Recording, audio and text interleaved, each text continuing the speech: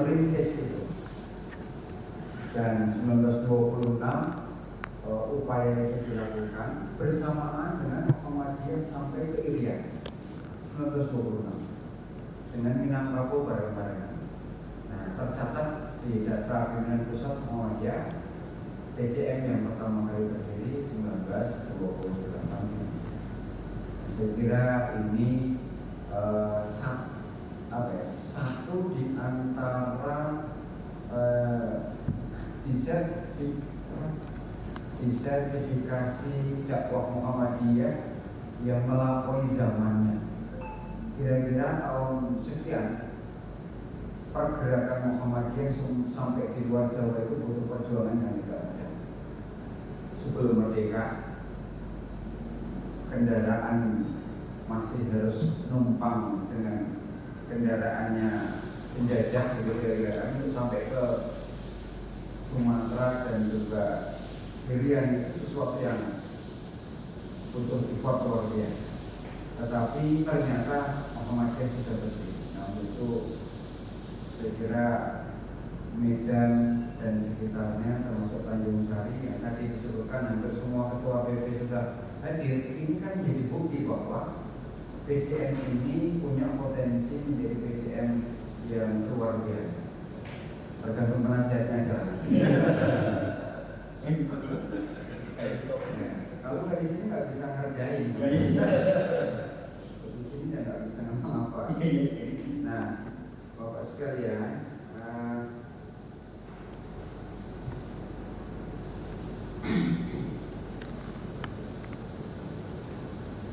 jadi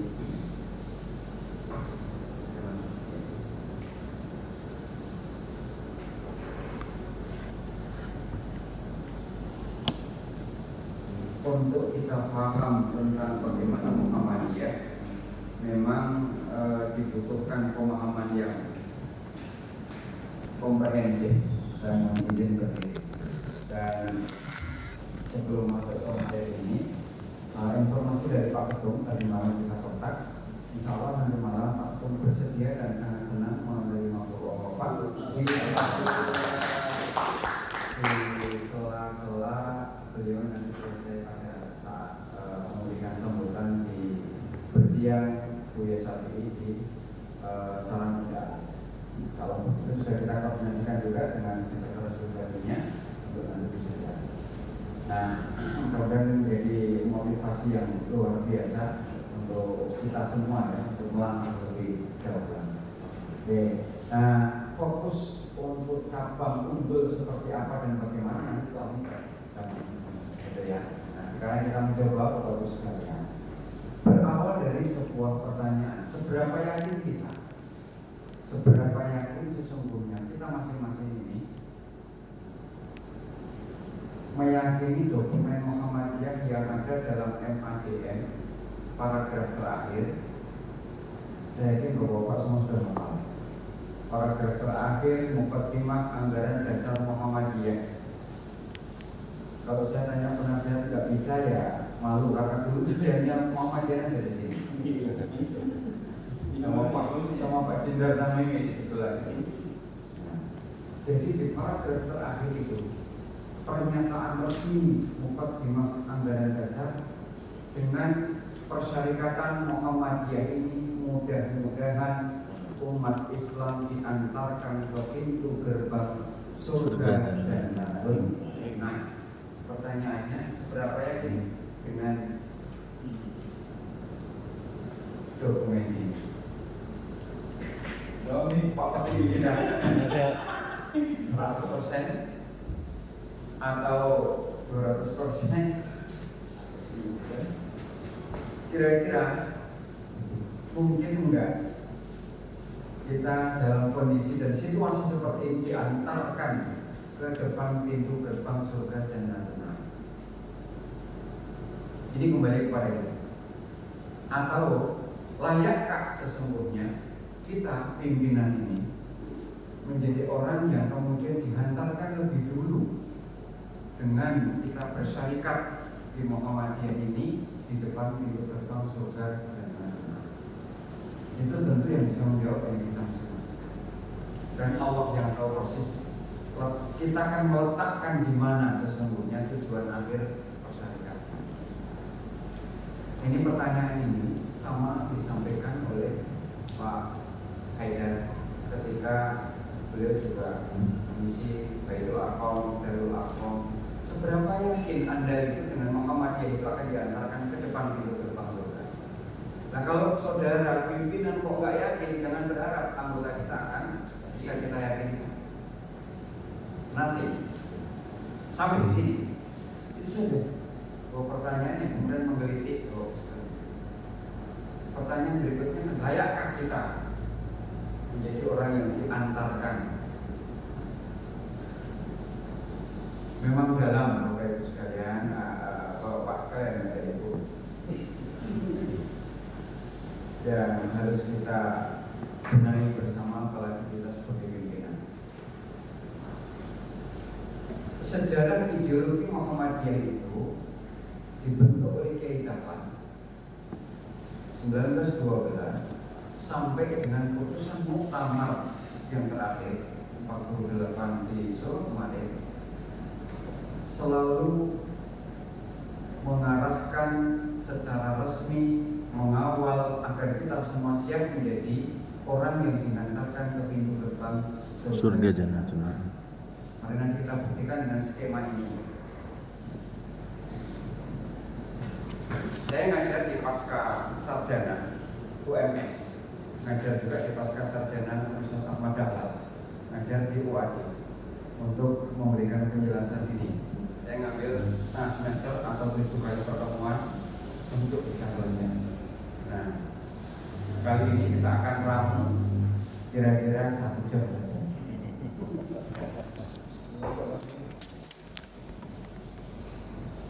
Jadi tadi kita sampaikan bahwa sekalian, secara ideologi kita ini memang mengantarkan kita untuk siap. Karena Muhammadiyah itu tanggung jawab. Falsafah dan 17 kelompok ayat Al-Quran ini adalah ajaran murni Kiai Dahlan kepada murid beliau Kiai Haji. Beliau hanya menyerap kurang lebih 2,5 tahun sebelum meninggal. Kiai Haji ini adalah orang Kauman asli yang dulunya mondok di Termas, kemudian ketika pulang ke Jogja melihat pengamalan Islam yang berbeda dengan apa yang dilihatnya. Itu kemudian kembali ke Termas menanyakan kepada kiainya, Kiai, apa yang diamalkan Islam di Jogja oleh Dahlan, Kiai Dahlan, itu sangat berbeda dengan yang lain. Beliau cerita banyak tentang bagaimana Kiai Dahlan membawa umat selama kurang lebih berapa tahun Bapak Ibu? 1912 sampai dengan 1920, 18 tahun. Banyak sekali amal-amal usaha, banyak sekali yang berkembang. Muhammadiyah mendirikan mana. Lalu kemudian beliau tanya ke kiainya, balik ke sini lagi. Yang disarankan oleh kiainya adalah belajarlah dengan Kiai Dahlan yang sesungguhnya saudara dari Hasyim As'ari seperguruan di Soleh Darat Semarang. Oke, intinya beliau 4 kali melamar ke Kiai Dahlan, ditolak. Pak, untuk jadi murid gak mau. Kiai Dahlan, kamu harus pulang, lepaskan dulu apa yang menjadi nafsu kamu. Siapkah kamu untuk melepaskan semua apa yang ada di dalam hati dan pikiranmu untuk masuk ke Muhammad? Beliau kemudian selama 2,5 tahun itu mengajarkan ini. Poin pertamanya adalah Al-Jatsiyah ayat 23. Afara'aitahu manittakhadha ilahahu hawa. Soal tauhid. Yang kedua, 1942 di Batu Sedikusumo merancang sebuah preambul Muhammadiyah yang dalam perjalanannya beliau kemudian ditugaskan di Jakarta untuk menyusun pembukaan UUD 45. Jadi sesungguhnya beliau di Batu Sedikusumo mengawali mukadimah anggaran dasar dibandingkan dengan pembukaan UUD 45. Maka isinya sama, mirip sekali nanti kalau Bapak, terutama pada susunan-susunan sistematika. Poin pertama, Muqaddimah Anggaran Dasar Muhammadiyah. Ada 7 paragraf. Ada yang sudah pernah baca atau yang sudah hafal? Bapak Ketua. Poin pertamanya, hidup manusia berdasarkan tauhid, tunduk, patuh dan beribadah hanya pada Allah. Berarti ada benang merah, Pak. Ayat yang pertama kali diajarkan keidaran kepada Ajit adalah soal akidah. Ki Bagus Hadi Kusumo di sini setelah mencermati ini, setelah mencermati fenomena, maka kemudian disusun Muqaddimah 7 paragraf. Paragraf pertamanya soal tauhid. Nah, memahami ideologi Muhammadiyah secara konseptual tidak bisa diimplementasikan sebelum ada strategi. Strategi inilah yang kemudian digunakan agar Muqaddimah, falsafah, semua ini bisa diimplementasikan dalam kehidupan. Satu di antara langkah ini adalah 1938 disusun apa yang disebut dengan 12 langkah Muhammadiyah. Kalau yang namanya 12 langkah berarti ada berapa langkah? Ya 12. Langkah pertamanya, langkah pertamanya apa? Sudah pernah melihat 12 langkah? Kalau Bapak Suci sudah. Memperdalam masuknya iman. That's right, good. Artinya apa? Memang ada benang merah yang kuat ternyata soal akidah. Baru 3 dokumen. Coba mari kita lihat, ini kayak cepat karena waktu kita. Implementasi ideologi setelah strateginya kemudian memperdalam masuknya iman, maka di dalam implementasinya di sini ada contoh PHIWN, HPT, wacana, fatwa, keputusan organisasi, visi dan karakter bangsa yang tergabung dalam Al-Darul Ahdi wa Syahadah. Bapak Ibu sekalian, kita lihat satu di antaranya. Misalnya HPT. Dimana HPT bab yang pertama kali adalah bab nikah atau bab waris atau bab iman atau bab sholat? Iman. PHIWN barangkali kasih dalam kehidupan pribadi, ya kan? Keluarga, apa yang kemudian tercantum dalam kehidupan pribadi? Tentang akidah, ibadah, akhlak dari ibadah dan muamalah. Bapak Ibu sekalian, jadi ternyata mulai dari ideologi yang sifatnya konsep, strategi dan implementasi, benang merah yang kuat adalah soal akidah.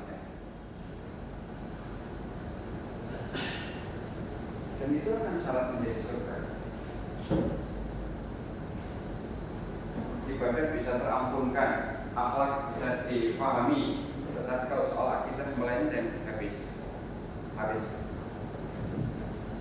Muhammadiyah tidak banyak berkata. Bapak nanti ketika berkunjung di SM mencari buku tentang akidah Muhammadiyah tidak ditemukan. Tidak akan ditemukan. Kenapa rahasianya? Akidah Muhammadiyah justru mulai dari konsep sampai implementasi itu inherent, bukan diteorikan. Inilah kemudian mestinya kita itu kencang dalam soal akidah ini. Maaf, teman-teman sekalian, orang bisa mengatakan Muhammadiyah Wahabi dalam soal akidah. Kita memang harus itu.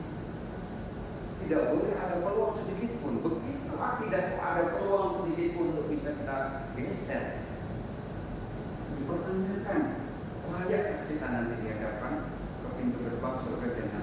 Tidak bisa dikawal itu. Maka akidah ini utuh dalam bahasa yang saya terima dari Pak Jindar tentang Muhammadiyah yang kita diajar 4 tahun. Akidah kita harus gembleng, tidak boleh gempil. Gembleng itu apa ya?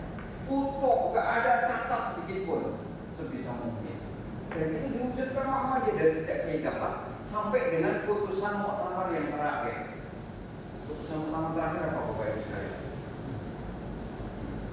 Islam berkemajuan. Ada 5 karakter penting dalam Islam berkemajuan.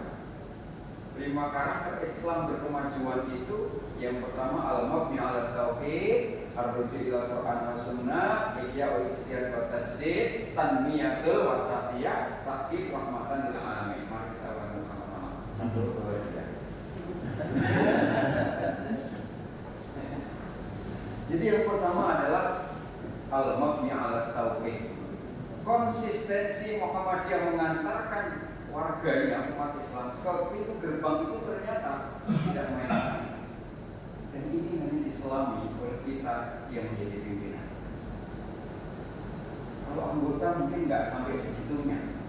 Anggota mah nanti pada level ini kalau sudah anggota sekali.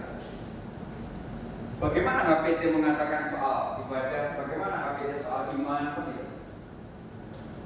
Bagaimana PHIWM berpolitik, berseni budaya yang sedang viral? Boleh apa enggak nyanyi? Kalau semalam itu berarti boleh apa ya? Boleh aja, Muhammadiyah kan tidak ada masalah.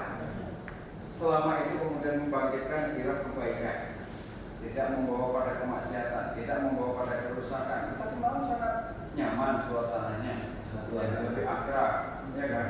Yang dingin jadi panas, kira-kira. Jadi tidak ada persoalan. Loh, Muhammadiyah sangat fleksibel. Artinya kita tidak melanggar dan tidak melupakan akidah. Tapi Bapak sekalian, kalau kita cermati ini semua luar biasa. Dan ini memang hanya di ranah pimpinan. Di Baitul Aqam ini harus ditekan. Jadi kalau soal akidah memang tidak tahu menawar. Ya kita paham ketika COVID, Muhammadiyah kemudian membuat ibadah dengan model berjarak. Ya.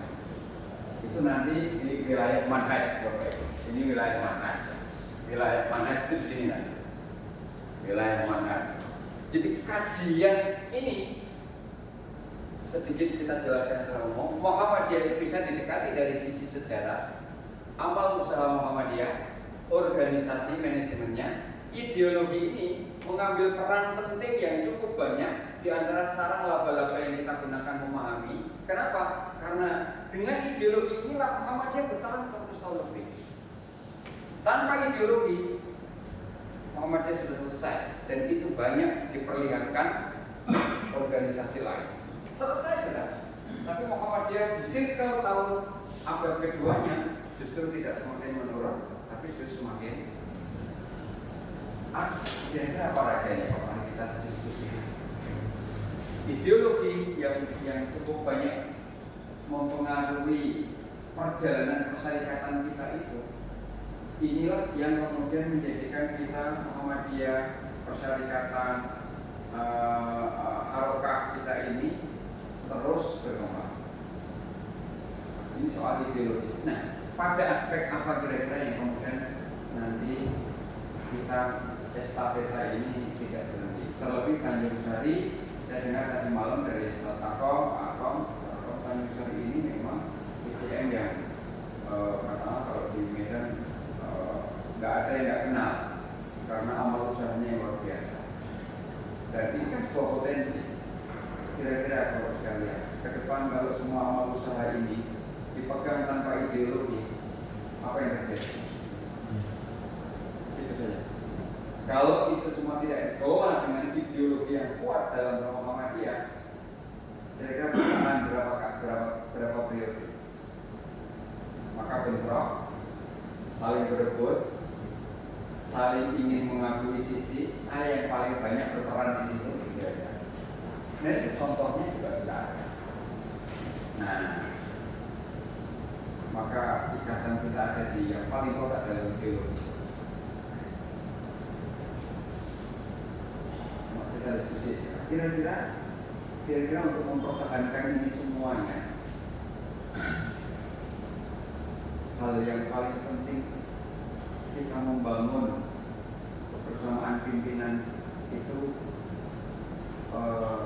dengan naskah atau dengan hal apa agar pertama PJN, yang kedua amal usaha, yang ketiga keberlangsungan, yang keempat penyempurnaan amal usaha ini betul jalan. Dan diskusinya di situ Pak. Mau kira-kira apa yang kemudian bisa kita lakukan? Pak Ketua dulu, agar bisa mempertahankan kembang usaha, agar bisa kita PCM ini kayak Muhammadiyah maju, ya. Pilihan-pilihan. Penguatan ideologi karena di situ memang sangat fundamental,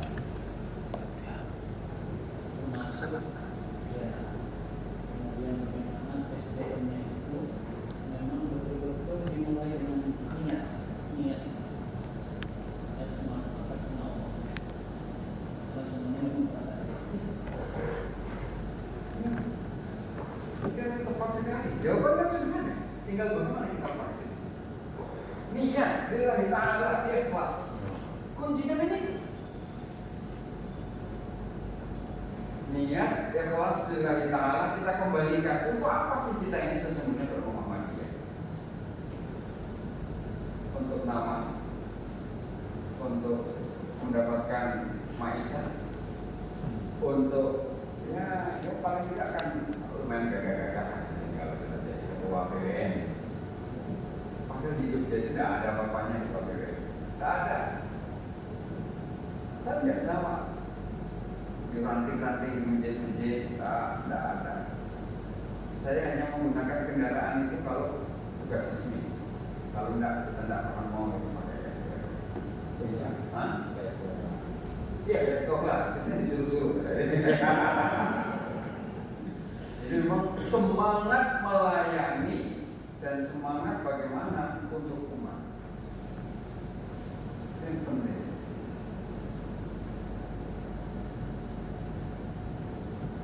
Kiai Dahlan kan pernah ketika Jumat menyampaikan, mengumumkan di masjid, Bapak sekalian silakan nanti setelah asar Jumat hari ini datang ke rumah. Kebetulan setelah Jumat beliau menyiapkan semua yang disiapkan apa Bapak sekalian. Bapak semuanya. Kan mau sepeda dia keluarkan, meja ruang tamu dikeluarkan, baju batik dan jas yang beliau punya terbaik dikeluarkan di depan rumah. Ya jual. Peralatan-peralatan yang mewah dan berharga saat itu dikeluarkan di depan rumah. Maka kemudian ketika selesai sholat asar, beliau berjamaah, beberapa jamaah yang tampaknya memperhatikan apa yang disampaikan datang berdiri-diri ke Kiai mau kemana? Apakah Kiai mau pindah? Tidak, saya tidak mau pindah. Saya keluarkan barang-barang ini akan saya lelang dan saya akan sampaikan hasilnya untuk menghidupi guru yang mengajar di sekolah kita yang 3 bulan belum digaji. Kita punya contoh Kiai Dahlan seperti itu. Saya kira beliau yang pantas untuk dihantarkan ke pintu gerbang surga Jannatul Na'im. Niatan yang begini inilah yang kemudian harus kita jaga, kita tanamkan. Tentu tidak cukup, harus kita praktekkan.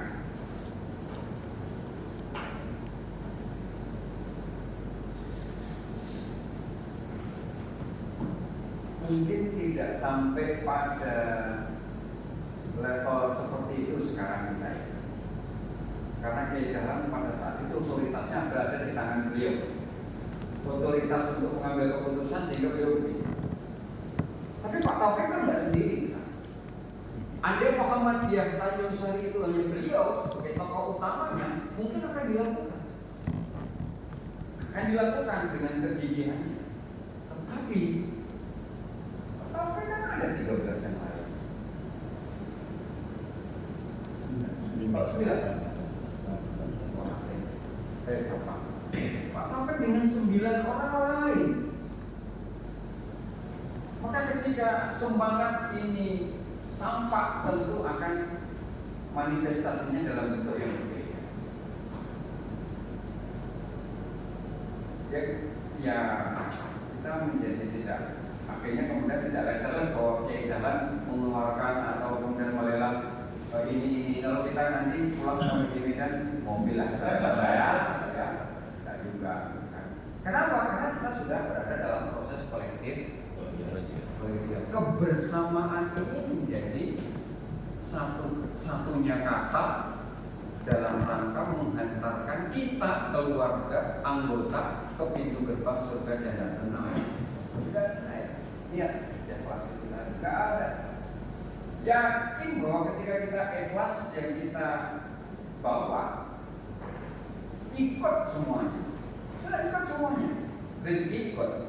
Nama yang tenar nggak usah dipikirkan, itu nanti ada orang yang lain. Itu jaminan. Tawaran banyak hal. Dan tidak perlu kita pikirkan yang seperti ini. Asal kembalikan diri.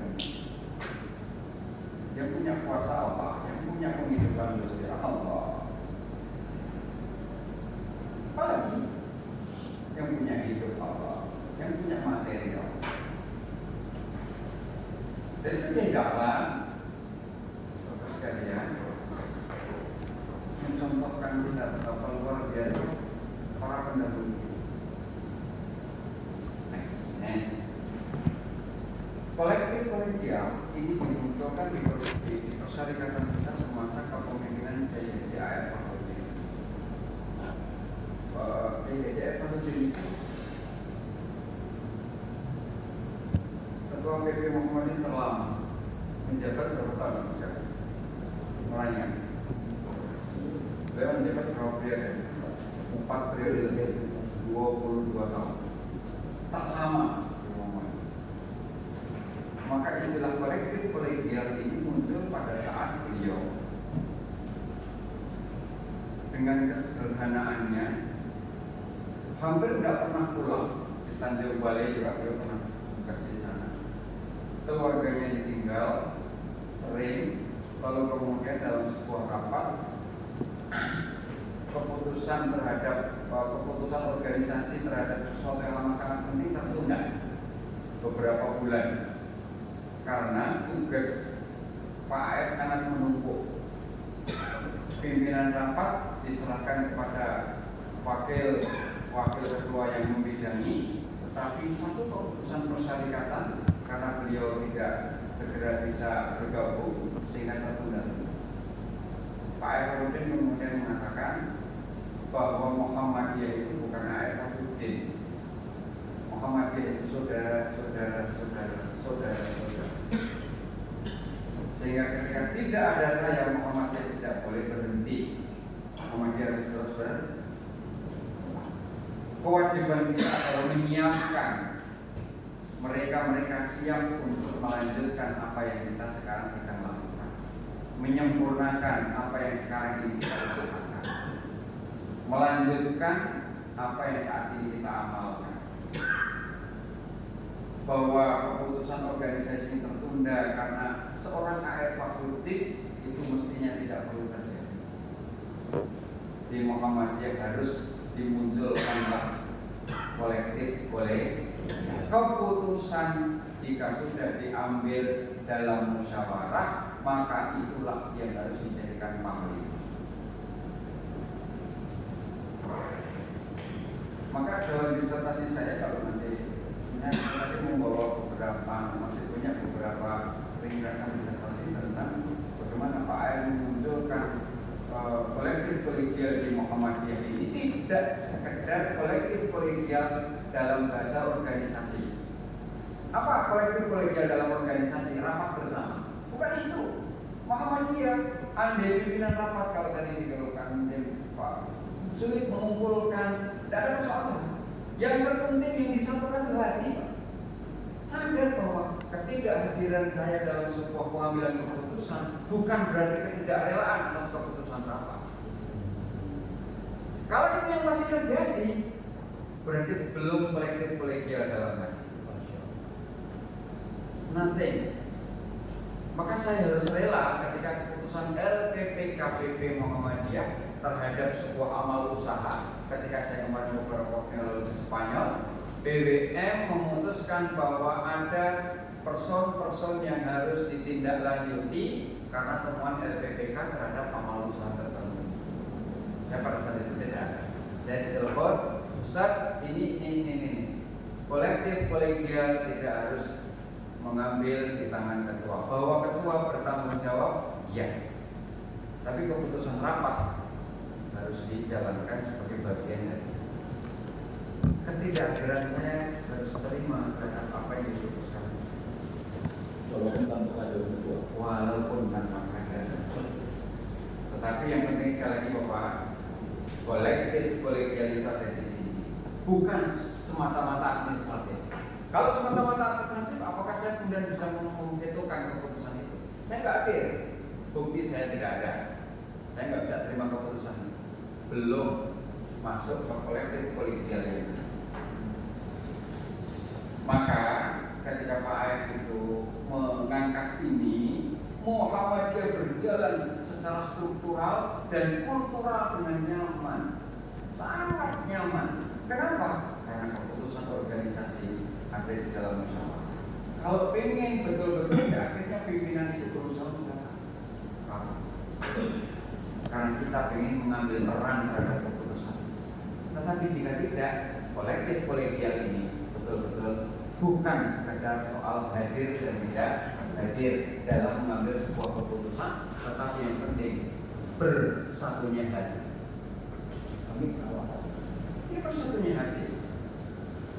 Tidak penting jumlah yang hadir, karena kan Muhammadiyah tidak mengambil quorum. 9 yang hadir kok 2. Rapat undangan sudah disampaikan, tempat sudah disetujui, waktu sudah kita sepakati. Yang hadir 2 diputuskan 2.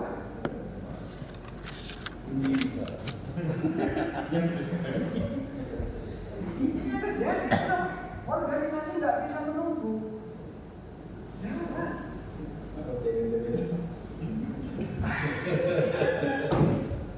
Tapi kalau yang hadir 2 atau tidak quorum, bagaimana? Muhammadiyah tidak kenal quorum. Muhammadiyah coba Bapak lihat dalam tidak ada quorum. Hanya persoalannya tadi kembali. Ini fatsun jam'iyah. Fatsun jam'iyah apa? Etika kita dalam berorganisasi. Ya jangan kemudian ketika 2 ini yang lain mas, yang lain gimana? Lagi UTW, kita putuskan sekarang. Paling penting diundang supaya Itu harus dipenuhi. jalurnya ya. Jalurnya harus dipenuhi. Ada undangan, ada peringatan, tempat sudah disepakati, waktu kita mulai. Ini menunggu semua itu sih nggak boleh ya. Lah ini. Ini Setelah dicek yang bukan hadir 9, ini ke 7 yang ada di rapat misalnya ada 4. Ini 3 mana? Bentar lagi ini masih di jalan, terlalu putuskan sekarang aja. Ada bisa juga. Nah itu sudah kaitannya dengan fatsun jam'iyah. Etika kita dalam berorganisasi. Di suara Muhammadiyah edisi ke-10 ucapan itu disampaikan oleh Ketua PWR. Baru saya baca kemarin suara Muhammadiyah edisi baru saya sampaikan itu di suara Muhammadiyah. Ya memang itu Muhammadiyah. Kalau kita mau menjalankan roda organisasi, jadi begini kira-kira. Kehadiran kita di organisasi menjadi penting bagi kita. Bagi kita penting. Tetapi, mohon maaf, organisasi tidak butuh orang yang mementingkan dirinya. Kalau tidak ada saya tidak jalan, tidak ada organisasi begitu. Maka kalau sudah begitu, tinggal menunggu kapan organisasi atau persyarikatan ini apa? Turun dengan sendirinya. Itu yang semangat itu yang saya peroleh dari Pak Aep Farudin dalam disertasinya, dalam disertasi saya, yang saya peroleh dari Pak Cindartam ini. Selama 4 tahun kita mencoba untuk terus mengkaji. Yang saya peroleh dari Pak Ketum, Pak Haidar Nasir, semangat begitu. Kita ini mementingkan diri kita ini penting berorganisasi, tapi organisasi tidak pernah harus mementingkan. Kehadiran kita itu ya menakar diri ya. Saya harus mementingkan diri di organisasi. Insya Allah dengan begitu sekalian Muhammadiyah ini akan terus berjalan dan bergulir menuju ke arah yang baik, menuju ke arah yang. Maka memang tadi Pak Taufik niat ikhlas memang itu yang menjadi kunci. Yang kedua, setelah niat ikhlas, lalu mohon maaf hati ini kita tata untuk kolektif kolegial. Kita tidak sendiri. Kehadiran kita di organisasi ini atau organisasi ini bukan kita sendiri. Namanya organisasi jamaah. Ini penting. Nah, saya akan kembali ke sini beberapa. Nah, teman-teman sekalian, bangunan ideologi yang kokoh ini sampai pada implementasi ini sekali lagi ini agak kembali seperti tadi.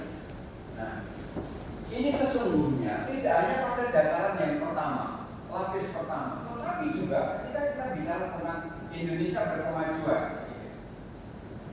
2015, konsep ini sesungguhnya mengambil dan mengadopsi banyak tentang ketuhanan yang maha.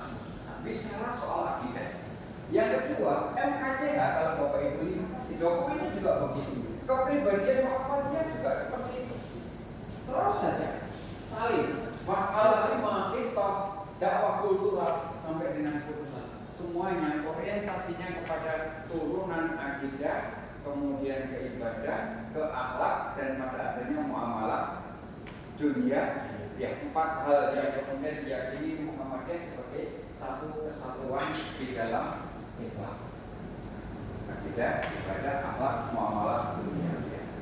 Semuanya ini dirangkai dalam pemahaman tentang mahuwati, apa itu agama. Jadi bagi Muhammadiyah, agama itu tidak parsial, satu yang khusus, satu yang umum, atau sesuatu yang sifatnya ritus dan yang lain sifatnya profan. Bukan itu.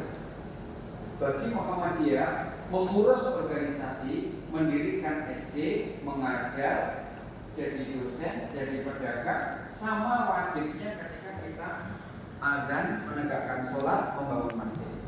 Jadi tidak ada beda. Yang beda di mana? Yang beda adalah prioritas pelaksanaan. Sekarang sudah mulai terdengar azan, ini kita perhatikan, tetapi kemudian prioritasnya adalah sholat.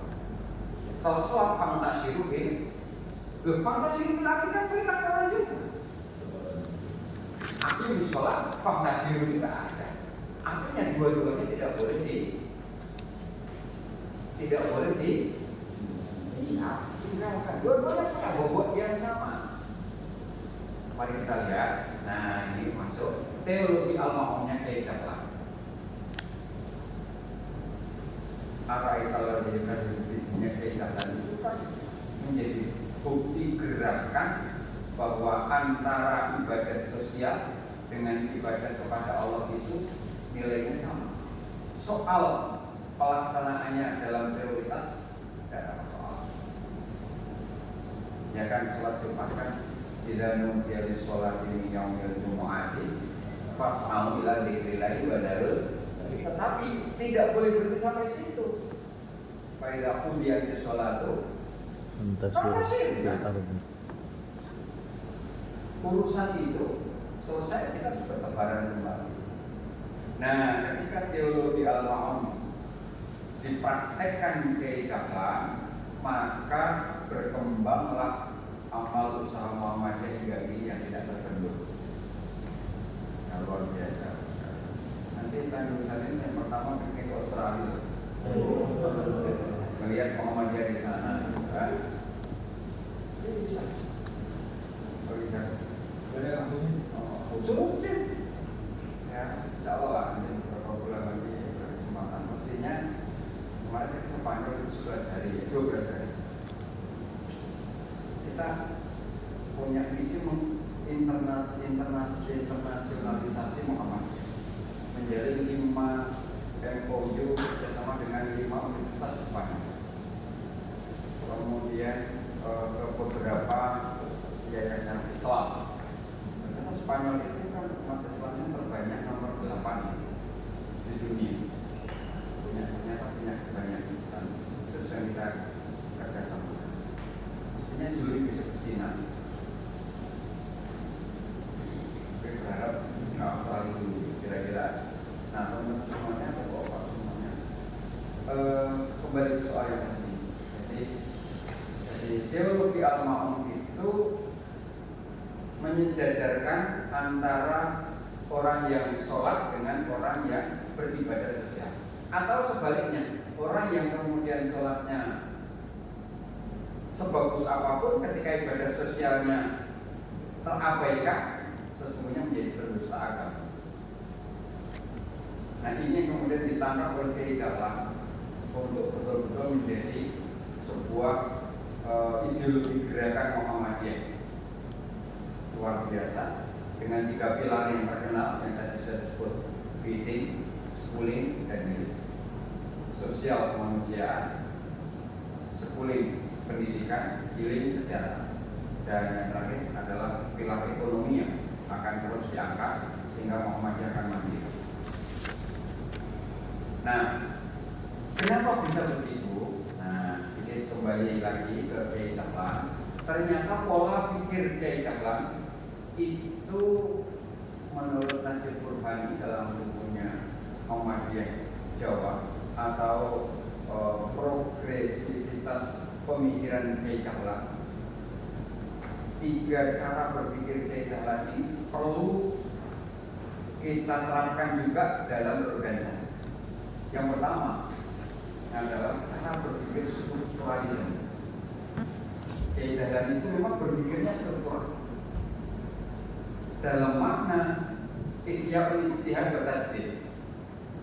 Jadi yang dipikir Kiai Dahlan itu ketika melihat sebuah ayat itu, bagaimana ayat ini bisa hidup di tengah masyarakat, bagaimana ayat ini terimplementasi di tengah masyarakat, bagaimana ayat ini bisa menjadi firman Tuhan yang hidup. Ketika ara'aitallazi yukadzibu biddin di masa Kiai Dahlan dipahami sebagai ayat Quran yang diterapkan oleh para muridnya, ketika ditanya sudah diamalkan, sudah. Buktinya mana? Digunakan untuk imam sholat. Saya sudah hafal, sudah saya ajarkan kepada anak-anak tentang hafalan ara'aitallazi yukadzibu biddin. Kiai Dahlan mengatakan bukan itu. Ara'aitallazi yukadzibu biddin itu implementasinya cari anak yatim, mandikan, kasih makan. Cari fakir miskin, angkat, bawa dia ke sini, kita kasih pelajaran. Cari orang-orang yang sakit, Ustadz Amin itu bawa ke sini, kita kasih obat. Itu implementasi dari surat Al-Ma'un. Maka kreativitas Kiai Dahlan di awal itu luar biasa. Coba kita bisa bayangkan, negara belum ada, orang belum berpikir tentang sekolah, kiai masih berpikir tentang ngaji Quran ya. Deres, apa deres itu ya? Baca saja kan? Deres kan baca saja. Cara baca Quran. Tapi Kiai Dahlan sudah melangkah jauh mengamalkan Al-Quran. Itu sebuah lompatan berpikir, quantum thinking Kiai Dahlan ini sudah melampaui zamannya. Jadi maka ketika Kiai Dahlan dikatakan sebagai kiai kafir, itu adalah konsekuensi logis. Ketika kiai-kiai pada saat itu belum mampu menerjemahkan Quran sampai pada implementasi, bagaimana mungkin Kiai Dahlan memberikan obat kalau tidak belajar? Beliau masih belajar kepada Belanda yang sudah ada panggilan.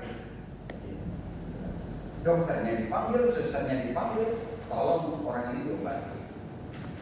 Maka Kiai kafir itu ya sudah memang konsekuensi. Bagaimana mungkin mau memandaikan, memberikan ilmu pengetahuan yang lebih banyak, sementara Kiai Dahlan juga nggak bisa matematika, geografi tidak kuat, ilmu alamnya tidak kuat, maka dia mengambil buku dari orang-orang yang mampu di kota umum didatangi. Nah, lompatan itu yang kemudian cara berpikir itulah yang kemudian membedakan Kiai Dahlan dengan kiai-kiai lain pada saat itu. Maka menurut Najib Burhani supaya beliau menjadi orang yang cara berpikirnya harus paling. Acuannya adalah ihya'ul ijtihad wa tajdid. Tepat lagi ketika memaknai tajdid itu dengan 5 pemaknaan. Tamkiniyah, takwiyah, takdimiyah, tanwiriyah, dan terakhir tujuan yang paling ada adalah tahririyah. Pola berpikir yang luar biasa. Tamkiniyah memberdayakan. Kalau kita lihat pola berpikir di jalan sampai sekarang Muhammadiyah ini kan gennya memberdayakan. Nggak sadar kita Pak, memberdayakan INN, memberdayakan apa masyarakat melalui majelis-majelis. Itu adalah gen yang diturunkan cara berpikirnya kita Pak. Maka kalau kemudian tidak heran Pak Alfian Darmawan atau kemudian memberikan julukan jangan antipati kalau Muhammadiyah itu juga dahlanisme atau dahlaniyah. Kenapa? Cara berpikir perserikatan ini sedikit banyak dipengaruhi dengan cara berpikir kehidupan. Strukturalisme tadi memberdayakan, yang kedua menguatkan. Itu kan istilah-istilah yang digemari perserikatan. Dan itu dilakukan di takdimiyah memajukan. Bahkan dalam statutennya Muhammadiyah di awal itu memajukan hal agama. Itu sudah jauh sebelum merdeka. Muhammadiyah punya statuten luar biasa. Tadi takdimiyah, takwiyah ya menguatkan. Takdimiyah memajukan. Yang keempat tanwiriyah. Ini sudah jamak kita tanwir, kita menjalankan. Ini kan kata kalimat-kalimat ini sudah menjadi kalimat yang familiar di organisasi kan? Memberdayakan, menguatkan, memajukan, mencerahkan. Nah, Muhammadiyah dalam proses yang kelima menuju kepada tahririyah. Bagaimana kita ini berpikir supaya menjadi orang yang merdeka. Pemikiran yang merdeka ini Buya Syafi'i Ma'arif adalah orang yang menjadi kiblat bagaimana menjadi orang merdeka. Beliau, saya membersamai beliau kurang lebih dari tahun 2008 pasca gempa Jogja yang sangat menyebabkan sampai wafat beliau. Jadi sekitar ya 14 tahun, 15 tahun bersama beliau. Orang yang merdeka sama luar biasa. Cerca apapun, dimaki apapun, nanti ini jalan yang harus kita tempuh. Luar biasa. Allah ya. Bapak sekalian, tahririyah, mandiri. Nah itu. Kalau kemudian Christopher dan Nakamura, seorang sosiolog dari Amerika dan Jepang ya, memberikan komentar Muhammadiyah seperti apa? Ya, Muhammadiyah jalan terbaik untuk menuju kemandirian. Dan sesungguhnya Muhammadiyah kan diusulkan Nobel di PBB, hanya belum menjadi nasibnya, tapi sudah menjadi kandidat untuk mendapatkan Nobel di PBB. Sebagai sebuah organisasi yang progresif, organisasi yang luar biasa pemikirannya, yang itu sesungguhnya adalah gen cara berpikirnya kayak apa. Apa pentingnya bagi PCM yang kita sampaikan?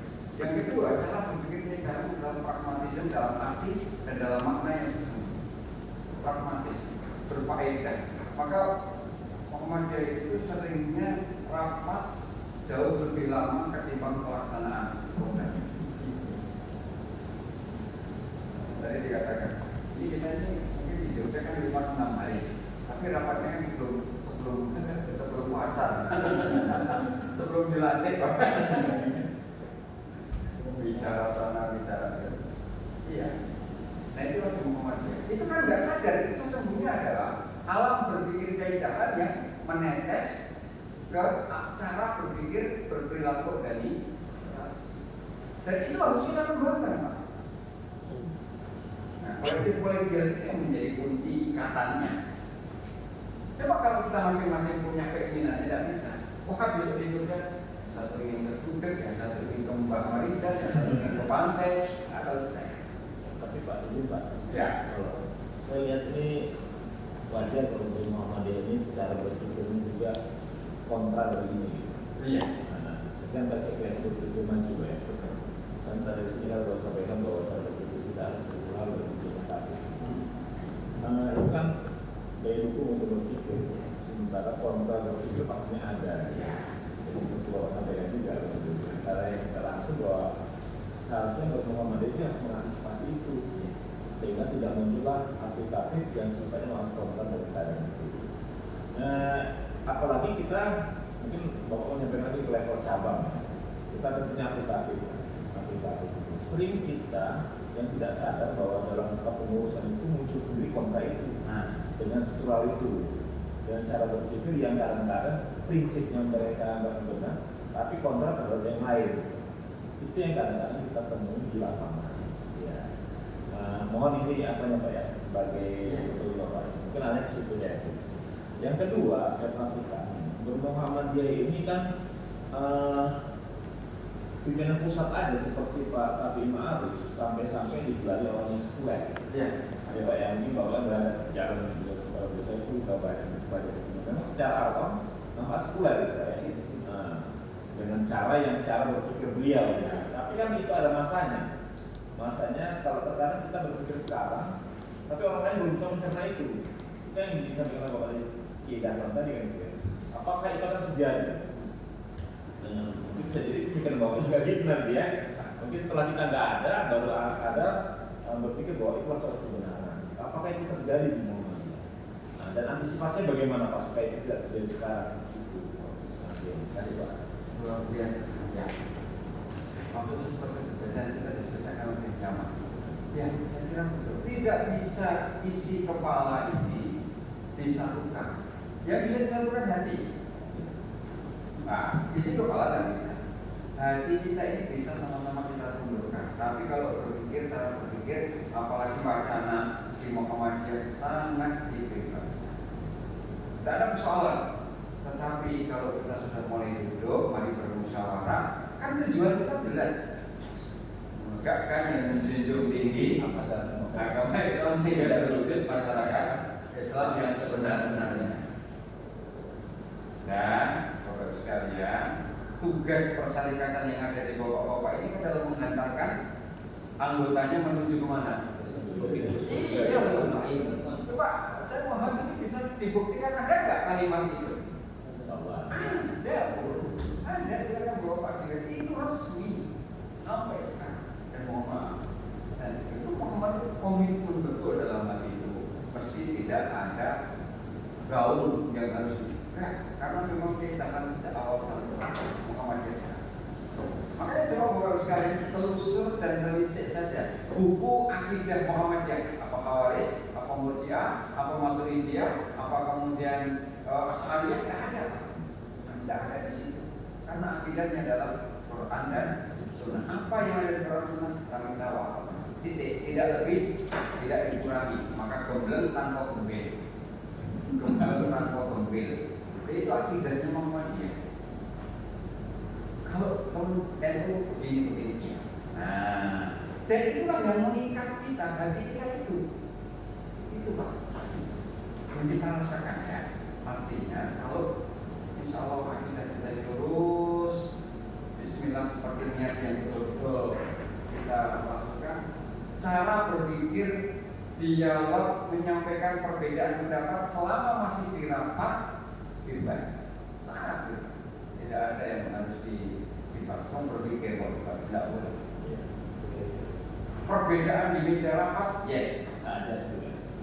itu asas boleh lah, asas boleh. Tetapi begitu, mari pimpinan sudah mengatakan, mari kita ambil keputusan. Selesai. Ya, pasti tidak semuanya dipuaskan. Tetapi keputusan itu insya Allah lebih baik dengan kolektif-kolektiannya tadi, dengan kebersamaan tadi dibandingkan keputusan yang sifatnya sendiri. Keputusan jamaah lebih bisa dipertanggungjawabkan dibanding keputusan pribadi. Nah, kalau sudah ada keputusan, maka fatsun jamiah masuk. Etika kita berorganisasi untuk tunduk pada regulasi keputusan. Di Muhammadiyah itu berubah. Bapak Ibu masih ingat nggak ketika Luqman Harun dengan Ada saya? kan Bang Rosyari kata Dawang, iya kan? Di satu sisi dengan Sutrisno muda, kan bentukannya luar biasa ya. Hampir sama biasa tuh Muhammadiyah harus profesional, pengurus digaji, pengurus semuanya dijadikan SK, pokoknya dihidupkan lah, pokoknya pengurus semua digaji satu sisi. Yang lain menentang keras semuanya. Dan mereka membawa anggota Pak Fajar itu kan. Mereka punya kekuatan gitu. Akhirnya sepakat. Pokoknya ukuran cabang 4 juta.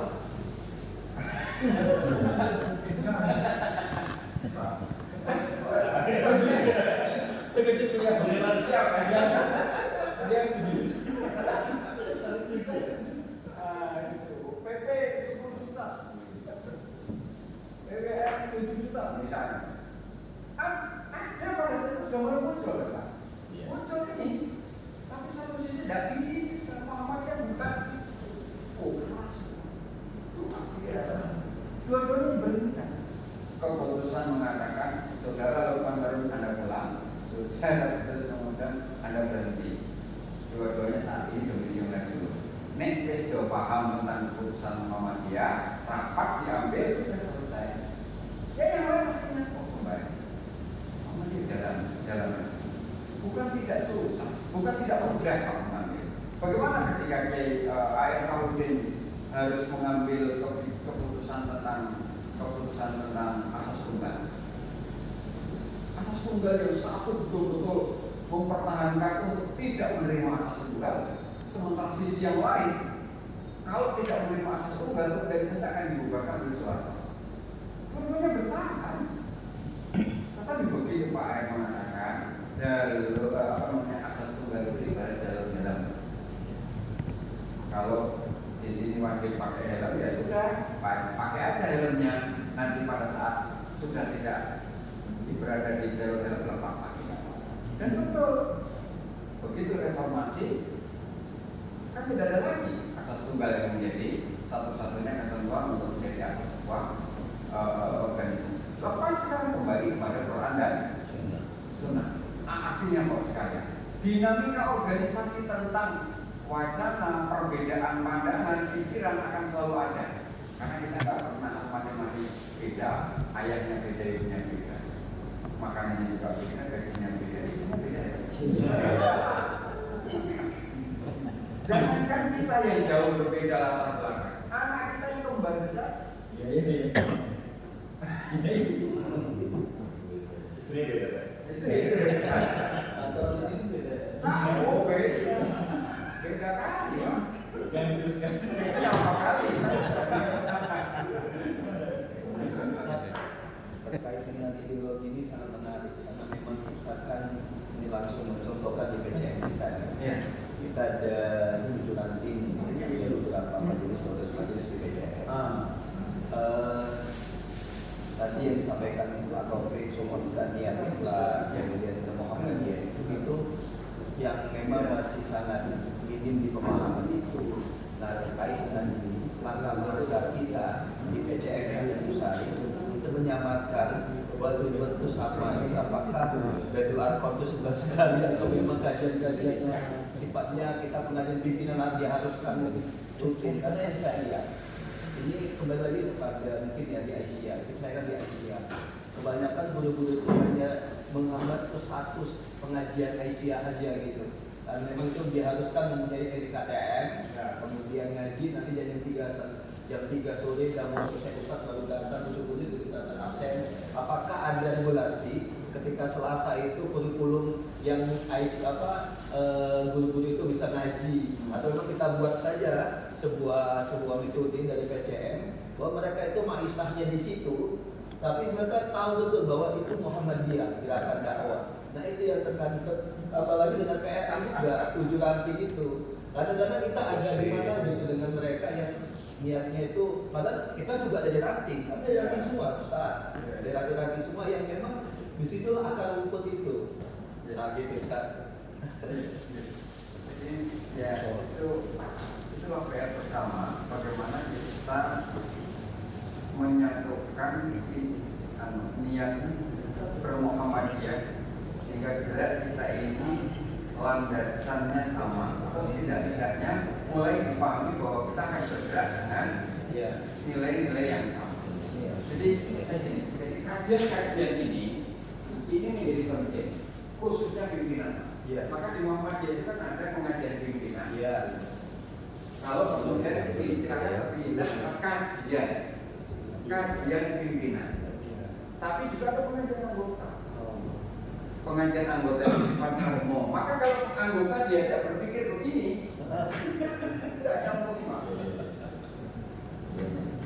Tapi ini tadi mulai dari sini sampai ke sini tadi jalurnya ada benang merah akidah tadi. Itu yang kita. Warnanya kita itu beban kita itu membawa anggota ke surga, Pak. Iya. Paham aja. Nah kalau amanah kita ini membawa ke surga, kan artinya kita sendiri tahu jalannya kemana. Jalan kita ke surga, jalan menuju ke surga, pimpinan kan harus tahu. Ya mau tidak mau. Ada kajian kelas, nanti terus pemahamannya terus kita tingkatkan. Itu kemudian ya hanya bisa apa? Dengan begitu upaya untuk membersamakan dan mempertahankan hati itu ada. Kalau masih pada level organisasi, ya sesungguhnya administratif selesai. Tapi sebenarnya berorganisasi berjamaah itu menjamakkan, mengumpulkan yang sesungguhnya adalah hati. Kalau hatinya sudah kumpul, pas nyaman. Gerak langkah kita itu sudah. Bahwa ada dinamika tidak mungkin tidak. Tarik abang aku. Salah juga. Masih jauh kan? Kalau kata istilah Pak Gusaman, kalau saya ngomong apa sih ngomongin sana interogir banyak kali ini. Tapi nggak apa-apa.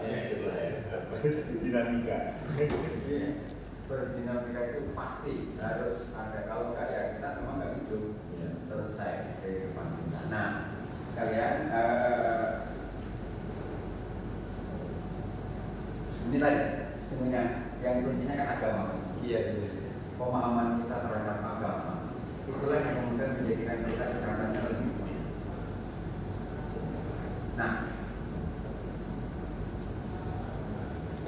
ini memang kemudian tidak sekedar hanya kita paham agama menurut perspektif Muhammadiyah itu apa, tetapi kemudian nanti sampai pada bagaimana memimpinkan agama untuk diri sendiri, keluarga dan anggota. Nah, berikutnya nanti berkaitan dengan soal Hari aja tuh. Oh iya. Hari Senin. Minggunya. Ustaz kan belum kita. agama ini kita bawa semuanya ini. Nanti Islam berkemajuan dalam bahasa bisa dengan adil al-fadhara, yaitu agama yang membumi untuk memberi jalan keluar atau solusi atas persoalan masyarakat. Jadi, adalah kira-kira gitu.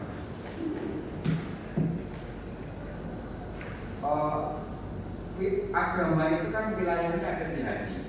Iya. Ada di hati. Tetapi dinamika perpecahan itu bermula dari kira-kira begitu. Nah, kalau agama itu hadir, maka sesungguhnya kita bisa memberikan solusi atas perpecahan. Kita bisa memberikan jalan keluar atas perbedaan. Itu di hati, di agama itu. Maka pengetahuan agama menurut pemahaman Muhammadiyah itu menjadi penting bagi pimpinan, terutama bagi pimpinan. Bahkan nanti, mohon maaf sekali, kalau di level anggota, takbir, niat ibadah, niat sholat juga implementasinya tidak semua sama. Tapi di pimpinan harus paham, oh ternyata mestinya begitu.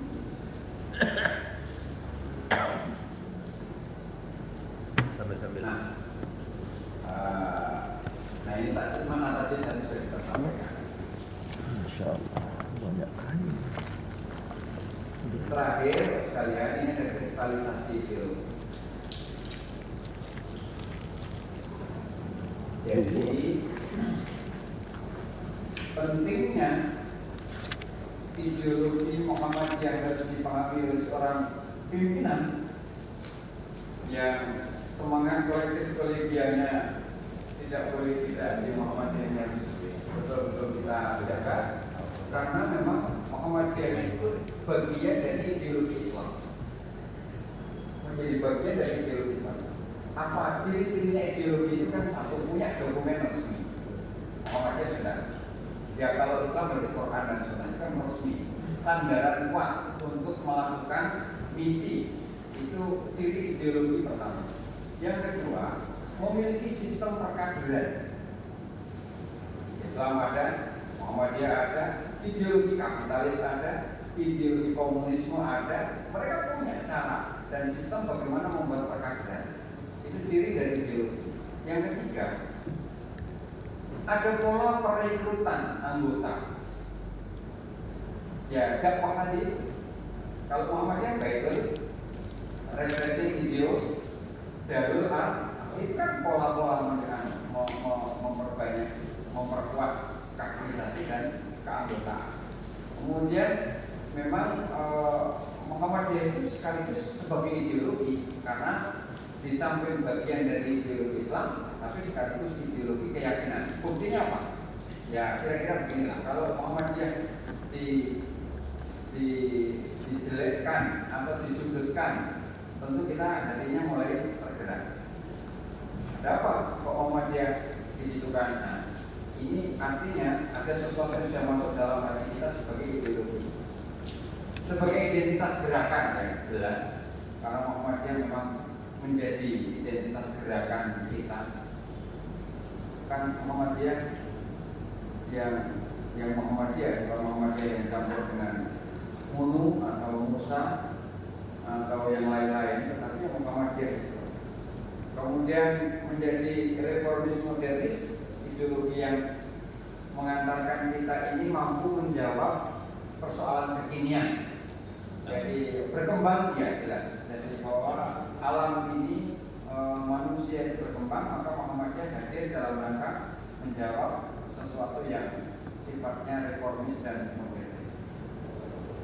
Ideologi Muhammadiyah itu jadi cita-cita, menjadi cara pandang, dan sekaligus kitab garis perjuangan. Nah itulah kristalisasi 6 ideologi Muhammadiyah yang mestinya ini oleh pimpinan setidak-tidaknya mulai dimengerti bahwa berorganisasi itu tidak sekedar mohon maaf rapat berkumpul di lantai, apalagi model ada cabang atau ranting atau cabang lain yang kemudian kumpul itu hanya 5 kali. Pertama, pramuktamar, persiapan untuk mengurus penggembira. Yang kedua, muscap, kumpul ketemu lagi dalam rangka mengganti pengurus baru. Yang ketiga, setelah muscap menyusun program 5 tahun ke depan. Ya, ini yang ketiga, rapat ketiga. Rapat keempat, persiapan muktamar lagi. Karena sudah 5 tahun, dan yang kelima mengutus penggembira. Jadi muter. Jadi kalau cabang-cabang ini modelnya begini, ya nggak usah punya harapan. Dan saya pikir Tanjung Sari nggak begitu, karena amal usahanya banyak. Kalau itu yang dilakukan oleh PCN Tanjung Sari, tidak mungkin amal usahanya banyak. Karena amal usaha itu butuh pencermatan, amal usaha itu butuh pengawalan, amal usaha itu butuh dikawal dengan ideologi tadi. Ini sebenarnya penting juga kepada para kepala sekolah, rektor. Jadi kalau para rektor, para wakil rektor, dekan, misalnya, memang mereka kan yang di depan berkaitan dengan soal ideologi. Kalau nggak kelihatan bermuhammadiyah ideologinya, ya sudah selesai. Selesai. Jadi ya ibarat kapal nanti tidak sampai pelabuhan. Nah, saya kira itu Bapak sekalian. Monggo. Ya. Izin Pak, ini karena memang momentumnya sangat langka dan luar biasa, kami sangat berbahagia dan bangga sekali bisa hadir di ruang pimpinan pusat Muhammadiyah ini, apalagi kita upgrading dan bisa berdiskusi ya Pak. Izin yang pertama mengenai Baitul Arqam atau kaderisasi di kita di Muhammadiyah. Karena saya juga dari pemuda Muhammadiyah, dari IMM juga dulu. Kaderisasinya itu memang ada, kalau dulu di pemuda itu ada melati tunas, melati dewasa, dan sekarang memang mungkin ada perubahan nomenklatur ya di namanya ya. Nah kemudian di IMM juga itu ada masa ta'aruf, Darul Arqam Dasar, Madiyah, Paripurna begitu ya. Nah beberapa kali yang kita ikuti di Muhammadiyah itu hanya Baitul Arqam saja. Jadi ketika pimpinan ranting Muhammadiyah, kalau programnya cabang dulu sebelum kami pimpinan cabangnya, yaitu namanya Baitul Arqam. Nah, jadi Baitul Arqam yang dilakukan satu periodisasi itu ada 2 atau 3 kali, itu ya sama, materinya sama, kontennya sama, mungkin bahkan beberapa kali orang yang membawakan yang memimpin atau modnya gitu ya, itu juga instrukturnya sama itu juga gitu. Nah, maksudnya kaderisasi kita di Muhammadiyah ini kesempatan emas saya rasa kita bertanya, ini akan kita bawa oleh-olehnya pulang ke Medan gitu, bahwa seperti apa kaderisasinya itu. Bahkan ada memang yang pimpinan ranting dia nggak pernah Baitul Arqam, bahkan di level pimpinan cabang ada juga dia masuk ke dalam unsur pimpinan cabang majelis belum juga Baitul Arqam gitu. Enggak, bukan yang sekarang, maksudnya ini yang lalu. Kalau ada yang sekarang ya mungkin bisa juga di Baitul Arqam lah. Enggak, maksudnya itu Pak. Artinya di situ kan semua ada ideologi dan sebagainya lah yang memang kita harus tanamkan kepada pimpinan-pimpinan mulai dari level akar rumput. Nah, ini yang selalu ketika kita bertanya di level instrukturnya Baitul Arqam, apa nih follow up-nya habis ini gitu. Untuk yang sudah Baitul Arqam yang di level pimpinan kita, apalagi nih yang kita lakukan. Jadi yang udah Baitul Arqam dia nggak mau lagi ikut Baitul Arqam karena aku kan udah pernah ikut Baitul Arqam. Yang lain lah yang ikut Baitul Arqam karena nanti yang diikutkan di sana itu juga materinya. Yang kedua Pak, itu maksud saya itu yang di Muhammadiyah yang Baitul Arqamnya. Kemudian yang kedua itu untuk niat tadi sih, kembali niat dan keikhlasan yang disampaikan oleh Pak Ketua Cabang tadi. Di ranting dulu saya 17 tahun Pak pimpinan ranting. Memang dari pemuda saya nggak pernah mau. Dari mulai komisariat pun ketika ditawari ke cabang saya nggak pernah mau. Kenapa? Ini pun cabang ini baru ini nyalon dan masuk pula gitu Pak. Jadi memang keinginan untuk naik itu nggak ada karena mungkin sulit untuk menjaga diri untuk tetap ikhlas tadi Pak.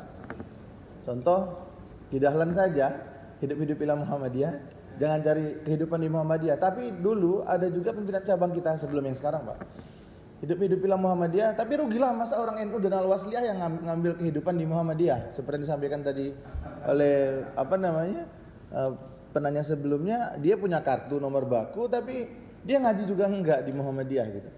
Dan dia malah ketua perwiritan malahan gitu Pak. Iya Pak. Jadi pimpinan di AUM pula begitu. Nah, ini yang menurut kita agak lucu. Sehingga akhirnya salah kaprah kalau saya bilang. Tadi yang Bapak sampaikan, yang 2 orang tadi minta gaji pimpinan pusat sekian, wilayah dipulangkan gitu ya, atau diberhentikan. Nah, itu sebuah tindakan yang luar biasa kalau saya bilang untuk mempertahankan khitahnya Muhammadiyah. Nah, jadi yang mengubah falsafahnya Ki Dahlan itu ya memang itu kalau levelnya di ranting itu semuanya ikhlas lillahi ta'ala. Tapi ketika sudah ke cabang dan seterusnya itu Pak, cobaannya lebih besar. Nah, saya hanya khawatir keikhlasan itu terganggu, maka dari dulu nggak pernah mau Pak. Nah, dan terbukti ternyata memang yang kita tahu orang yang mengubah falsafah itu mulai mempersiapkan AUM-nya dipimpin oleh masuk gitu ke dalam level keluarga dan sebagainya gitu. Nah, ini maksudnya yang sama-sama jadi pekerjaan rumah kita di Muhammadiyah. Ketika sudah lama bermuhammadiyah, merasa akulah yang membangun. Kalau udah akulah ini kan udah luar biasa ini Pak. Jadi semuanya ingin dikuasai gitu. Jadi termasuk Mas Arkom itu minta ketika dia hijrah ke Jogja, bisa Yudis menggantikan abang di PWPM masa itu. Saya menolak. Jadi saya termasuk yang menolak memang. Padahal yang di PWPM itu ketuanya itu, majelisnya itu Bang Amrizal, senior saya di IMM dulu gitu. Dan sekarang masuk majelis pimpinan pusat juga di periode yang sekarang. Nah, ini saya rasa yang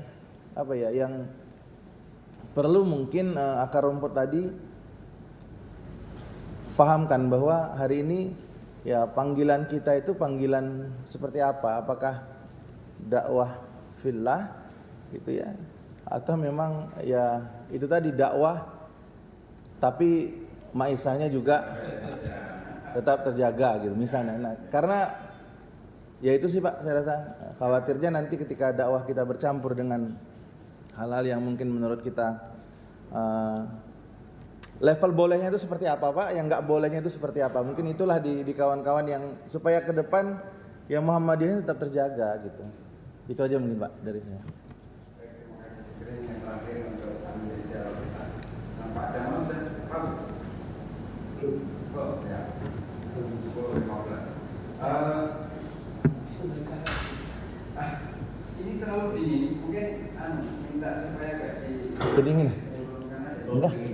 Oh mungkin ketua. Ya, itu dinaikkan aja. Nah, Ya. Udah ikut ini. Oke. Mungkin 10 PK itu lebih besar. Baik. Jadi memang Muhammadiyah juga tidak ingin berbuat zalim tentu ya. Ketika siapapun yang siapapun yang kemudian bergabung dan bersama menghabiskan waktu, tenaga, pikiran di Muhammadiyah dan berkemampuan Muhammadiyah untuk menjaga dan memberikan tegaknya kehidupan seseorang, maka itu akan diberikan. Ya, secara profesi, ketika orang mengajar jadi dosen di UM atau di PTMA, tentu dia akan mendapatkan haknya secara profesi. Ya. Yang tidak, itu kan ketika kita menjadi anggota, menjadi pimpinan, menggunakan dan memanfaatkan jabatan pimpinan itu untuk menambah pundi-pundi keuntungan dan atau memanfaatkan itu sebagai kesempatan. Nah, ini yang kemudian akan menjadikan performa kita sebagai pimpinan itu kemudian tidak menjadi baik di depan para pimpinan anggota yang lain. Ketika kita sudah menyatakan diri bergabung sebagai pimpinan persyarikatan, yang harus kita siapkan bahwa kita tidak akan digaji. Sini kan. Tidak akan mendapatkan gaji ujroh imbalan per bulan, kan tidak ada.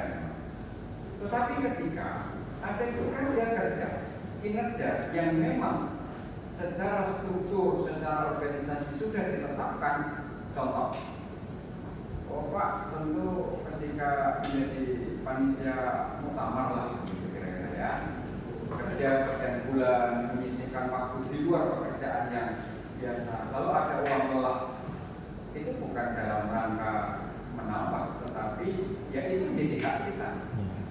Tentu kemampuan persyarikatan akan disesuaikan atau akan menyesuaikan. Nah, bagaimana menjaga hati supaya kita ikhlas terkait dengan persoalan seperti itu? Saya teringat nasihat Buya Akhir ya. Dia sampaikan ke saya waktu itu ada. Dia memanggil saya selalu ada karena pokoknya beda, dan beliau menyampaikan yang boleh mengambil Buya selain anak saya, mau manggil Buya selain anak saya ini kamu. Itu Buya Dinar.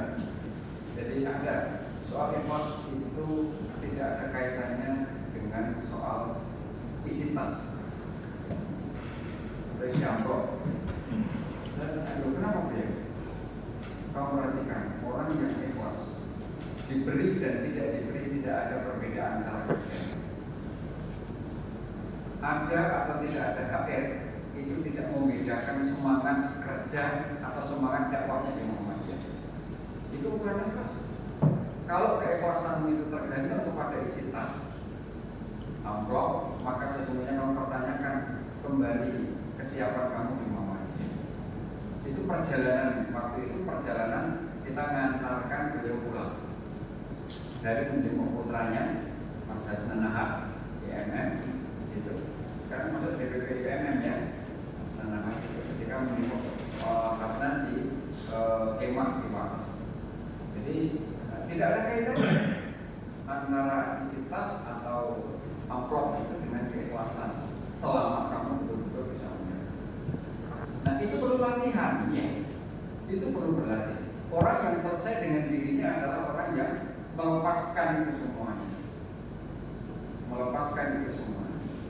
Kalau itu selesai, insya Allah. Dan yang kamu harus ingat janji Tuhan itu kan Tuhan tidak akan atau Allah tidak akan menyembelihkan orang yang sungguh-sungguh berjihad di dalam. Tidak ada orang yang berjihad sungguh-sungguh kok dimiskinkan, kecuali cara jihadnya yang salah. Nah itu yang selalu kita ingat. Maka sesungguhnya keikhlasan itu betul-betul misteri yang bisa kita rasakan dan sesungguhnya dirasakan orang lain juga. Wah keikhlasannya kelihatan atau terasa itu kelihatan. Hanya kemudian memang seberapa besar nah itu aura itu bisa kalau dirinya sendiri ya sudah.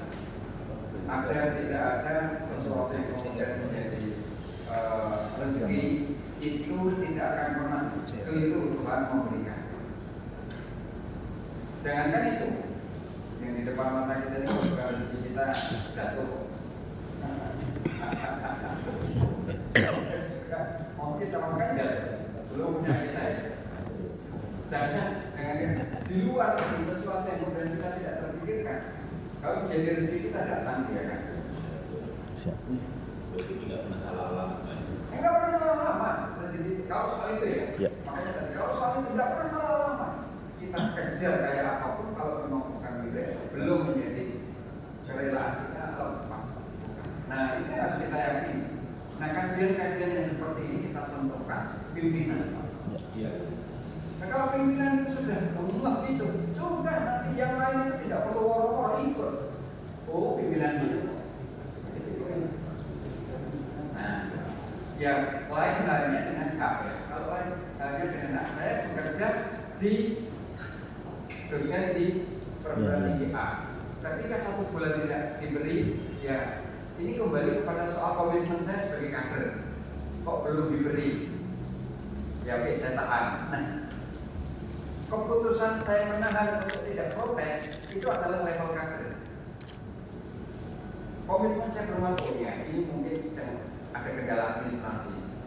Beda dengan ketika kita masuk Muhammadiyah, bekerja di situ tanpa ada landasan sebagai seorang kader.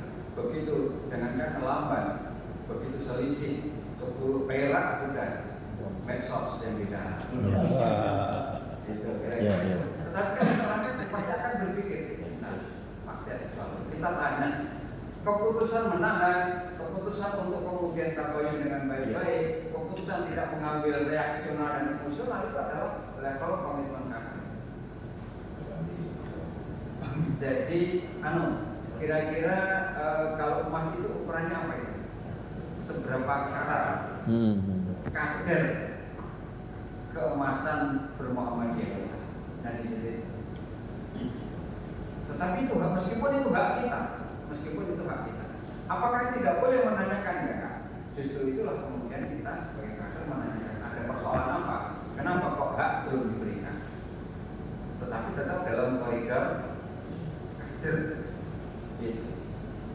Di luar itu tentu dia akan menanya. Nah bedanya nanti di situ Pak. Kita bisa lihat kalau di AUM itu, bisa loh kita coba ini bisa.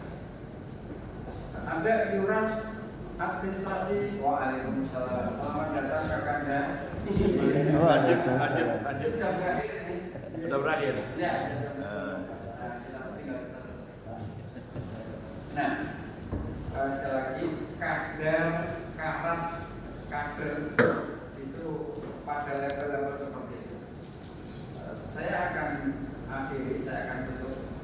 Jadi di depan kita ini hadir kader luar dalam yang kalau kemudian dikaratkan Mas mungkin boleh mengatakan lebih dari 24 karat. Nah, beliau kakanda saya Kang Jamal di samping memang keluarga dari keluarga jalur keluarga juga beliau, tapi senior juga. Nah, kalau sudah bicara untuk Muhammadiyah, istrinya jadi nomor berapa saya tidak tahu. Keluarganya jadi nomor berapa saya masih terus banyak belajar dengan beliau. Nah, ada banyak cerita sebenarnya teman-teman soal tokoh-tokoh kita itu. Izin kaderisasi tadi Pak. Ya. Kaderisasi Baitul Arqam tadi yang belum terjadi. Oh, iya. Iya. Sesi. Baitul Arqam tadi kaderisasi kita di ya. Muhammadiyah. Saya menjawab ya. Baik. Sesungguhnya di MPK SDI itu materi-materi itu sudah dibuat berjenjang. Karena saya menjadi tim penyusunnya pada periode lalu. Saya masuk tim MPK SDI. Nah, saya menyusun mulai dari cabang, ranting, daerah, kaum pun begitu. Itu sudah disusun. Kurikulumnya, implementasinya mestinya ada pada instruktur yang diadakan di tingkat PP untuk wilayah mengadakan pelatihan LI untuk daerah, mestinya di situ. Nah, nanti kalau mohon maaf, belum sampai di cabang, berarti ada yang berhenti di daerah. Sekarang MPKSDI sudah menyiapkan ini, sudah menyiapkan semacam aplikasi untuk bisa melihat ini BA di cabang, materinya apa, BA di daerah, materinya apa, itu sudah bisa dilihat. Artinya ketika kita, saya Baitul Arqam Madya tingkatnya apa, itu di sini sudah ada. Karena begitu selesai sertifikat itu nanti langsung didaftarkan. Artinya lagi begitu didaftarkan Baitul Arqam tingkat A, B, C, kemudian di situ materinya sudah ada. Ketika seseorang itu mau ikut lagi, mestinya sudah tidak mengulang kembali. Iya. Dia levelnya sudah naik lagi. Nah, itu di aplikasi di MPK SPP sudah kemarin sudah di launching, dan kebetulan sekarang saya tidak lagi di MPK PP tapi di Majelis Taklim PP, sehingga itu nanti bisa dilakukan. Itu ya. Siap. Ya, saya kira begitu. Itu lagi Pak Ustaz. Oh, masih ada. Oh, di negara center tadi. Oh iya, tapi ini dulu. Ini nanti saya jelaskan. Terima kasih Pak, tadi semua pada nanya dan bagian saya juga memang sungguh jauh perbedaannya Pak ketika kita memimpin ranting dan memimpin cabang jauh berbeda. Mungkin kita sebaliknya. Kalau saya lihat juga di Medan ya, yang melakukan kadang-kadang benturan diri. Ketika kita ingin bersama-sama melakukan sesuatu, ada sebagian teman itu yang kurang pas dan tidak memahami dengan hasil rapat itu. Mungkin minimnya pengetahuan secara kita lupa. Jadi hari ini kalau saya semakin dicekoki lagi, tapi atau mesti dengar kali juga yang melihat pejangan yang saya berubah tadi itu memang berat Pak rasanya, berat karena yang bicara itu hati ikhlas itu. Karena saya pernah juga ngomong ke teman-teman yang di Bandung itu, apakah kita masih mau mengaji lagi ketika kita sudah tidak jadi pimpinan lagi atau kita menjadi pimpinan cabang? Itulah ujian sesungguhnya siapa kita masih mau ganti atau karena saya baru sowan lah mantan ketua. jadi dan sekarang ini kan kita di cabang Pak. kendala yang saya sampaikan itu pada teman-teman ini kadang-kadang tadi, ayolah kita ngaji soal menjalankan itu karena cabang ini Pak, ini kita ada pengajian Kemis Pak, Kemis itu untuk yang datang itu wilayah yang juara daerah itu dan memang khusus ditentukan masalah keorganisasian. Tapi berat Pak, kadang-kadang ada 9 kita harapkan, kadang-kadang cuma ada 2. Jadi ramuan atau apa yang buat supaya saya ngomong, kami ini ngomong soal cabang ini bisa didengar atau berkaitan dengan amalan saya atau dengan apa Pak itu kan semacam ada contoh itulah keduanya Pak. Jadi kayaknya hari ini tergugah gitu ya. Saya nggak apa bisa hanya mengeluarkan air mata gitu ya. Sesungguhnya sangat luar biasa sekali untuk mengatakan kita itu bisa ke surga jannah itu Pak. Itulah yang kami harapkan, penguatan itulah itu harus kita terus bangun di teman-teman ini supaya kita benar-benar mencapai tujuan itu. Jadi ini kami berterima kasih sekali lah bisa seperti ini. Terima kasih Pak. Ya, memang orang tidak boleh dipertentangkan antara Muhammadiyah dengan Islam. Iya. Itu kata hati. Hati yang bicara. Sekali lagi, Islam dan Muhammadiyah tidak boleh dipertentangkan. Ketika kita berislam, ya hakikatnya kita bermuhammadiyah menurut keyakinan kita. Dan ketika kita niat bermuhammadiyah, ya bismillah, inilah Islam. Tidak boleh dihadap-hadapkan. Dan Bapak sudah betul artinya terus menjaga semangat dan mengupayakan agar semangat itu bisa menginspirasi yang lain. Ini tidak mudah. Dan di Muhammadiyah sesungguhnya dicontohkan cukup banyak. Pak Haidar Nasir itu kalau Ramadan beliau khusyuk mendengarkan ceramah tarawih di masjid. Karena saya isi beberapa ketua-ketua cabang dan majelis mengisi, beliau juga ikut tarawih, beliau juga mendengarkan sampai selesai. Setelah itu ya, setelah tarawih kemudian kalau pas tidak keluar ngobrol, jadi menurunkan perasaan menjadi warga biasa di tengah Muhammadiyah itu, di tengah warga persyarikatan itu sudah dicontohkan. Pak Din Samsudin dari ketua BP menjadi ketua ranting misalnya. Pak Marfusi Ali BPH bendahara BP Muhammadiyah, beliau menjadi anggota pengajian yang tawaduk dan tunduk di pengajian Ramadan rumah sakit, di pengajian ikut. Itu kan menginspirasikan. Ya, kadang-kadang kita ini diberi Tuhan 2 telinga 1 mulut, kan mestinya 2 kali lipat mendengarkan. Nah, kalau saya menyemangatinya ini, pantaskah saya ini menghantarkan jamaah Muhammadiyah menuju pintu gerbang? Kalau saya nggak pantas, ya saya harus berevaluasi diri mundur. Kalau saya ini dokumen paling fundamental, muqaddimah anggaran dasar Muhammadiyah itu dengan persyarikatan Muhammadiyah yang kita tahu tadi. Ini tugas yang nggak baik-baik. Nah,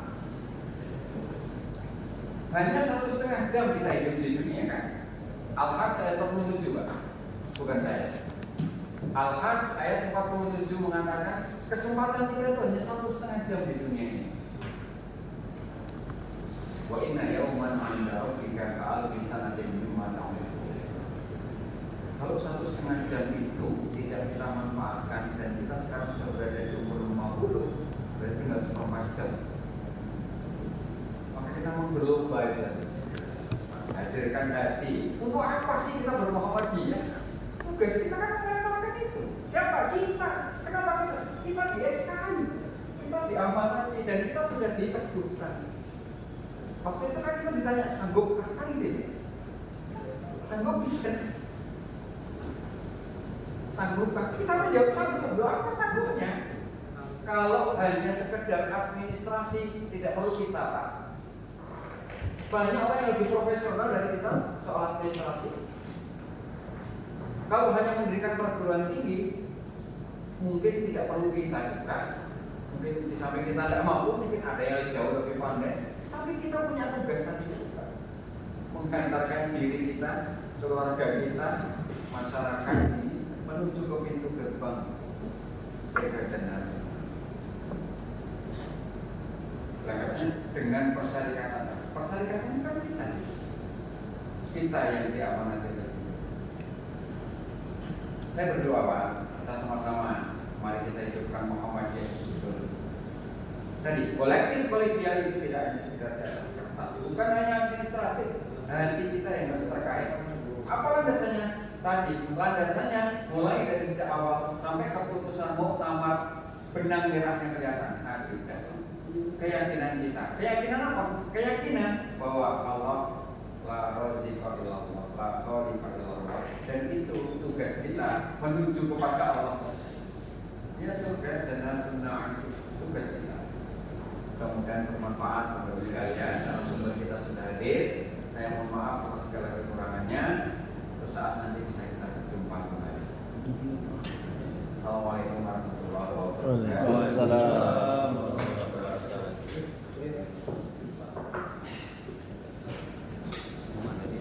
Terima kasih. Kami ucapkan kepada Ustaz Muhammad Anda yang telah menyampaikan sesi materi pada pagi hari ini. Sebenarnya kita mesti malam-malam